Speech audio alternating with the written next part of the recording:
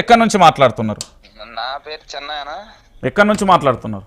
మనది కొడంగల్ కాన్స్టిట్యూషన్ ఇక్కడ. చెప్పన్నా. అయితే ఇక్కడ మన సీఎం పని కిందని బోర్లు లేకున్నా ట్రాన్స్ఫర్లు ఇస్తున్నాను. నేను 4 ఇళ్ళు కట్టి తెచ్చుకున్నా. ఓకే. అయితే నేను మొన్న వచ్చి మా దానికి వేరే ఆయన మా చేను పక్కల ఆయన మా పాలైన అవుతాడు ఆయనకు ఫ్రీగా 2 ట్రాన్స్ఫర్లు ఇచ్చిండ్రు. డీడీలు ఏం లేవు. నేను 4 ఇళ్ళు కట్టి తెచ్చిన. అయితే నన్ను బెదిరిస్తున్నా, అంటే నా దానికి కట్టడానికే లైన్ నేను వేరే తొలికి వెళ్ళి 4 ఇళ్ళు కట్టి తెచ్చుకున్నా. అయితే బెదిరిస్తున్నాడు మా ఊళ్ళో లైన్ ఒక ఆయన, అదే కాంటాక్ట్ ఆయనకు. ఆయన ఏమంటాడు, తిరుపతి రెడ్డి సార్ చెప్పిన అంటాడు. ఏమంటున్నాడు, తిరుపతి రెడ్డి సార్ ఎవడు సీఎం అయితే ఏంది, మాకు ఎవడైతే మేము 4 ఇళ్ళు కట్టి తెచ్చిన వాళ్ళు ఎన్నో చూపి అని చెప్పి నేను లేదా పాప నువ్వు కూడా రాజకీయం చేసిన అంటే, రాజకీయం నేను ఏం చేసిన, నాకు ఎవరితో రాజకీయం లేదు. మేము టీఆర్ఎస్ కొంటే మన అప్పుడు. ఓకే. ఇప్పుడైనా టీఆర్ఎస్ మనతో పట్టించుకోవట్లేరు, ఊళ్ళో పట్టించుకోవట్లేరు. వాళ్ళు ఏమో నిన్న కాంగ్రెస్ కార్యకర్తలు అంతా ఒక 20 మందిని వేసుకొని వచ్చిండు అదే కాంట్రాక్టర్. ఆయన తిరుపతి రెడ్డి సార్ చెప్పిండు అది అని మాట్లాడుతున్నాడు. మా ఊరు ఆయన కాంట్రాక్టర్. ఇట్లా నడుస్తున్నాడు. మాకు కొద్దిగా సహకరిస్తే బాగుండే ఇక్కడ. ఓకే. మీ గ్రామం ఏ గ్రామం అండి? భక్తిమల్ల విలేజ్, గున్మాల్ మండల్. ఒక్క నిమిషం. Bhaktimalla village, Bhaktimalla village, Gunmal mandal. గున్మాల్ మండల్, నారంపేట జిల్లా. ఆయన చాలా ఇది చేస్తాను నన్ను ఎవడేం బికాడు. మీ నియోజకవర్గం అంటే కొడంగల్ కిందకి వస్తుంది కదా ఇది? కొడంగల్ కిందకి వస్తానా. Okay, right. థ్యాంక్ యూ అండి. ఆయన ఏమంటాడు అన్న అంటే, ఏం బీకర్ నన్ను బూతులు నేను ఏమంటున్నా భయ్యా అంటే, మీ సమస్యను క్లారిటీగా చెప్పండి, కానీ పదాలు మనం బూతులు లేకుండా మాట్లాడాలి. అదే అన్న, ఇప్పుడు ఏమి ఇది చేయరు నన్ను, ఎవరు ఏం చేయరు అని ఇది చేస్తున్నాడు.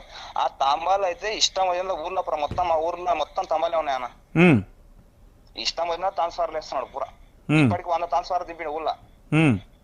ఆయన ఇంతకు ముందు ఉంటేనేమో అక్కడ నరేంద్ర రెడ్డి సార్ అనుకోండి.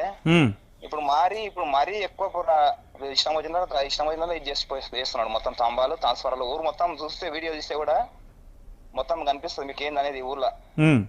ఎందుకు మరి మీ ఊళ్ళో కరెంట్ లేదా? కరెంట్ సప్లై ప్రాబ్లం ఉండేనా?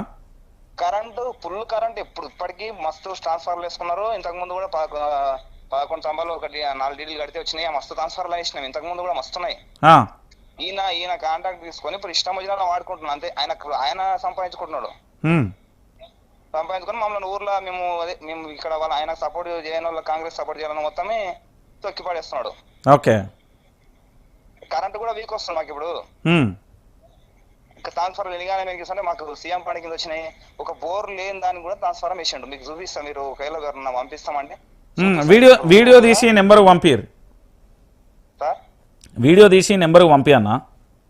ఇదే నెంబర్ కానా? పంపించేసి మొత్తం మీకు ఎన్ని ట్రాన్స్ఫర్లు వేసిండ్రు, ఏం మోటార్ లేని కలెక్షన్ చేయకుండా ఇప్పటికీ ఇంకా వస్తూనే ఉన్నాయి ఊళ్ళకు. సరే అన్న, ఈ నెంబర్కి కాల్ చేయరు. ఇప్పుడు గ్రామ సభలు ఎట్లా నడుస్తున్నాయి మరి మీ కాడ?